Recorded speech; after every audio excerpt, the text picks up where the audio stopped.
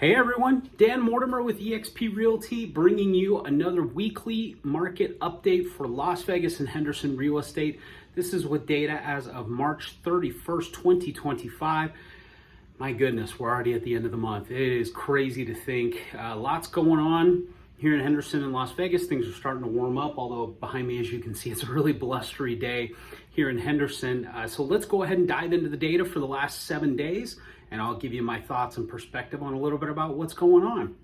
So in the last 7 days, we had 992 new listings hit the market. We also had 176 properties that went back on the market. For those of you that are new to this channel, back on the market means buyer and seller had a deal in place. The property was under contract for whatever reason. The deal did not close. Property goes back on the market. And so we had 176 of those in addition to 992 new listings. We also had 990 properties that had a price decrease of some kind. Could be $1, could be $10,000, $100,000, whatever, somewhere in the middle. So we had 990 of those in the last 7 days.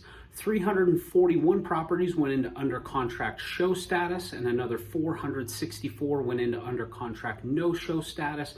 So in total, you're talking about 805 new properties going under contract compared to 992 new listings. A little bit of a gap again.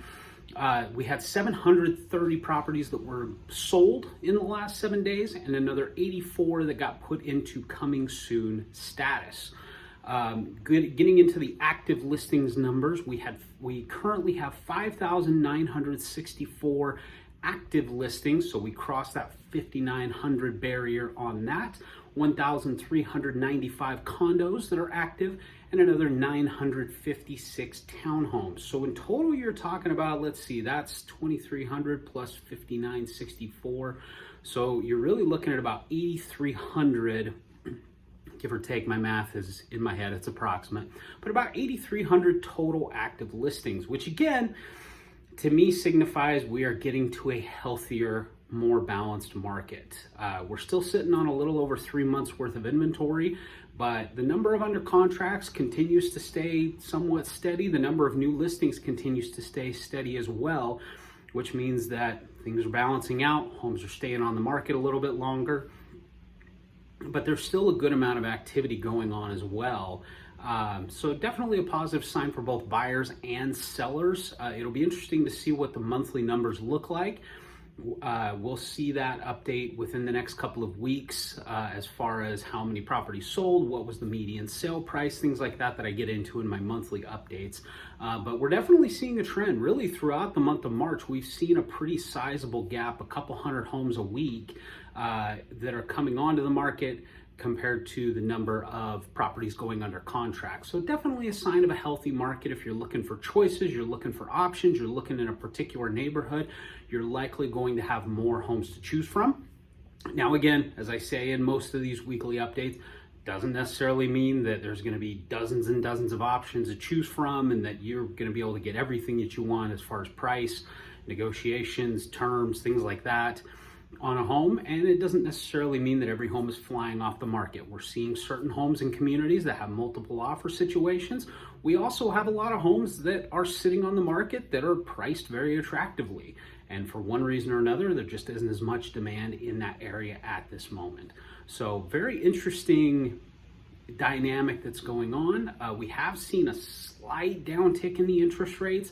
They're still kind of holding in the high sixes, but down from where we were at the beginning of the year, which is a positive sign. It could be that this could be a very important week as we see, people are kind of wondering what's going to go on with tariffs, what's going to go on with certain economic trends that are going on that are going to be reported on this week. And really that's not necessarily something that's going to make somebody make a decision to buy a house or not buy a house or sell their home or not sell their home, but it does affect tourism in Las Vegas. It affects people coming into town here. And so we'll kind of have to see how things play out in the real estate market, if that drives demand, if that slows demand, what that does to interest rates, et cetera, et cetera.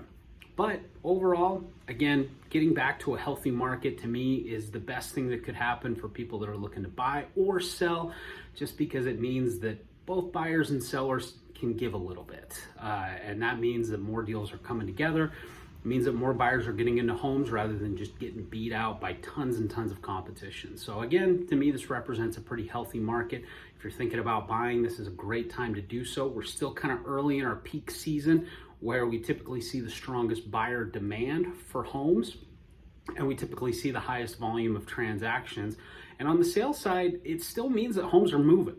If you're priced well in your market and you're competitive with other listings in the area, you can find a buyer quickly. There are some communities that I see, there are multiple homes that are going under contract in 10 days or less.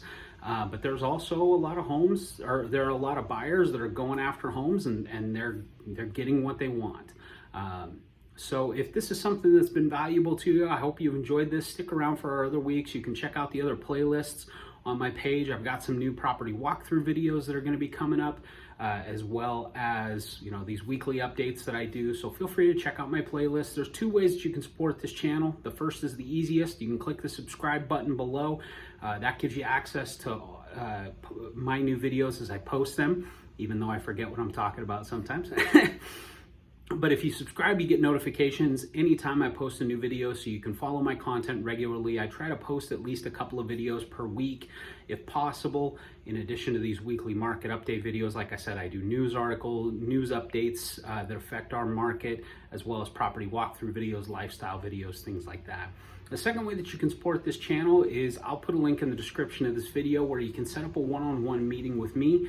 Gives you an opportunity to get to know me a little bit better, and it also gives me a chance to learn a little bit more about what your real estate goals are, and we can put a plan in place to help you to achieve those. So I hope you guys enjoyed this video. I will see you at the next one.